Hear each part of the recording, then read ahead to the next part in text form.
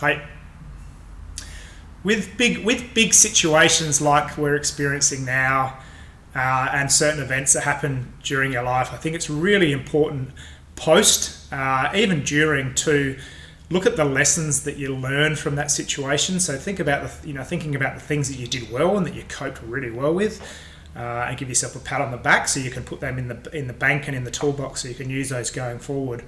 And to also look at the things that where maybe you didn't do so well, and some areas to improve. For me, that's a big thing that's happening right now as a society, but also as individuals. One of the strongest pieces of commentary and observations I've heard in recent days to come out of these times, and I'm not going to tell you who it's from, you can just hear it from me because I don't want any preconceived ideas, and that is that today, or these times, are teaching us to grow up and to become an adult, that we've been acting more like kids as a society, and as individuals. So that one really that one really hit me, and I've spent some time with it now, and it's really something that rings true to me personally, and it might to you as well. So I want to spend a little bit of time to dive into that and maybe unfold how we can use that to improve ourselves in the future. For me, one of the key things I've observed and experienced and definitely been a part of over the past decade or so is what I believe to be the real true pandemic of today, and definitely the longer pandemic. This one, we'll get through this, but this one we need to do a bit more work on, and that's what I call the disease of instant gratification. I feel like that is the root cause of so many of our issues these days. So whether it's obesity, whether it's depression, whether it's anxiety, whether it's just a lack of satisfaction and happiness in your life, I feel like instant gratification is at the root of all of that. What do I mean by instant gratification? It's the ability to get something, not just instantly, but with minimal no effort. Okay, so something that doesn't take any time to get, or something that takes hardly any energy, if any energy at all. Now, on top of that, it makes me think of two key concepts. Number one being, just because you can do it doesn't mean you should do it. Okay, and the other thing is that we get a lot more satisfaction out of working for something or waiting for something, or a bit of both. All right, and there's a real deep satisfaction in who we are as human beings, and that's where the power lies, and that's when you feel good about yourself and you build your confidence, all those sort of things, when you have to actually work and or wait before you get something. Right now, we're sort of being like spoiled kids, where we've just been given everything, all right, as a society, but we do it to ourselves as individuals. So that's where the self-responsibility needs to come in, because it's always going to be there. The market is set up to constantly provide things to make life easier and easier and easier with minimal to low effort, prices coming down, all that sort of thing. Society's set up for that. So the control needs to be in our court.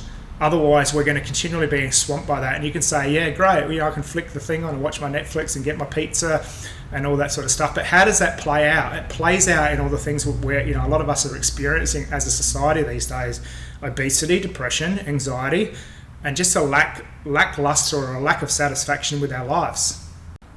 But why is this instant gratification an issue? Small doses of it, no, but we're training ourselves for that. We're training ourselves to just constant, it's just easy. It's easy. It's there and there all the time. And I'm sure most of you watching this would have experienced a spoiled kid that they spiral down because there's nothing that satisfies them. Nothing picks them up. All right, there's another thing. Oh, that's not good enough. I want that. Okay, I want that. I want that. I want it to be warmer. I want it to be colder. I want it to be sweeter. That's the way it plays out. And so that ends up in a really bad place. So we've got to put the brakes on that. It's up to us to take control with that. How do we do that? How do we reverse that?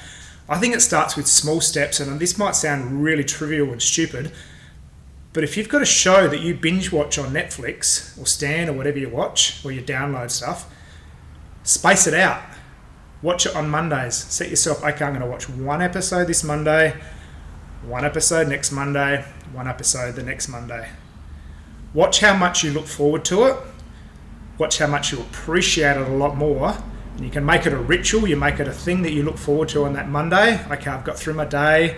I can sit down, have a glass of wine or whatever, and I can watch the episode then. Rather than sitting there on the weekend watching 6 or 7, And then the next day, you're like, well, what am I going to do now? All right, and then we play, and it starts that spiral. It does start that spiral down. We often get caught into the trap of just thinking of tangible things, so we can sort of relate that to food. But the binge watching and things like that are that instant gratification are no different. And your phone, you've got everything there. They're no different than that instant gratification we get from sweet food and that sort of stuff. So if we're getting that all the time, we're going to get the obvious physical signs of obesity. All right, but if we're constantly just giving ourselves that instant gratification hit from screens and from TV shows and from whatever else we're watching, then the same thing's going to happen. It's not obesity, but it's going to be things that are going to affect our mind and our lack of satisfaction with life. Okay, that ability to look forward to things and apply disciplines in your life is what makes life a lot more satisfying. I know it's the irony, but you've got to, we've got that thing that's part of us. We need to work towards something. We need to take some time to get towards something to really appreciate it a lot more. So if you want to appreciate things a lot more and feel a lot more satisfaction, we need to apply those disciplines and make sure that it's not instant gratification all the time. We're trying to look for ways to delay gratification. Okay, how can we delay that and build that up? Okay, then you get a stronger satisfaction, but you've worked your way towards it. You can't get that without going through that process beforehand. Anyway, I thought this is a worthwhile conversation. If you agree with me, give me some thumbs up or comments. If you don't, good, argue against that as well. Hopefully you guys are all good. And until next time, catch ya.